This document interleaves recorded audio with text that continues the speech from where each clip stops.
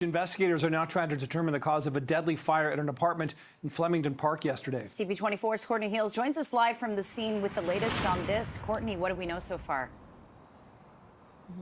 Good morning, Nick and Jennifer. We can tell you fire crews still outside of the building here in the Flemingdon Park area. Toronto police also on scene. I just talked to Toronto police. They were able to share a little more information with us, telling us the victim in this case, a woman, she was in her 30s. And we also know the other person who was rushed to hospital, a man in his 50s, and he is still fighting to survive. The fire broke out here at this apartment building on the 21st floor. It was yesterday afternoon. Fire crews called here over reports of the fire. They say when they arrived in the unit, they pulled two people out. Again, a woman who died, another man with very, very serious injuries.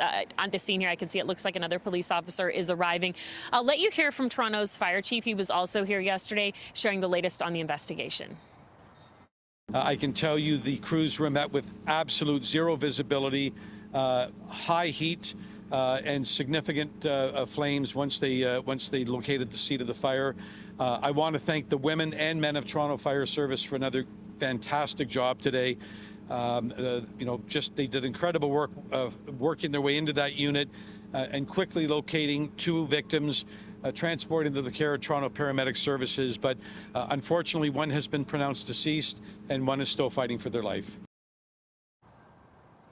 And this was a two-alarm fire, so quite a few firefighters had to respond to this one to be able to get the fire under control. And again, you can see behind me, guys, the fire trucks, the police. So they're really on standby at this point and investigating. I've asked Toronto police any word on a cause if this is perhaps suspicious. They say no word yet on the cause, and fire crews saying the same thing. So that will be a big part of their investigation this morning. We also know the fire marshal's office has been notified, so we've reached out to see if a team from that investigative department will also be here later today. Over to you.